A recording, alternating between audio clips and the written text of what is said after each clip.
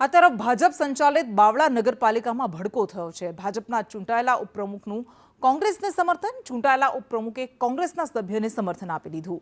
ઉપપ્રમુખ મંજુબેન ઠાકોરે કોંગ્રેસના સભ્યને સમર્થન આપ્યું। મંજુબેનના ચીફ ઓફિસર અને પ્રમુખ પર આક્ષેપ છે। ભાજપને સમર્થન આપવા માટે દબાણ કર્યાનો આક્ષેપ કર્યો। પાર્ટીના કામથી મંજુબેન નારાજ હોવાની ચર્ચા ચાલી રહી છે।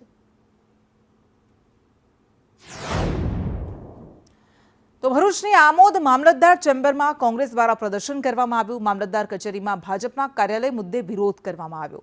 કચેરીના કમ્પાઉન્ડમાં ભાજપે ઓફિસ બનાવ્યાનો આક્ષેપ લગાવવામાં આવ્યો। કોંગ્રેસ કાર્યકર્તાઓએ કચેરીમાં ધરણા પર બેસીને વિરોધ કર્યો। મામલતદારને લેખિતમાં રજૂઆત છતાં પણ કોઈ કાર્યવાહી નથી કરવામાં આવી, જેથી કોંગ્રેસે હંગામો કર્યો। પાર્ટી દ્વારા જે કાર્યાલય ખોલવામાં આવ્યું છે એના સંદર્ભમાં અમે 2-3 મહિના અગાઉ મામલતદારશ્રીને અરજી આપી હતી।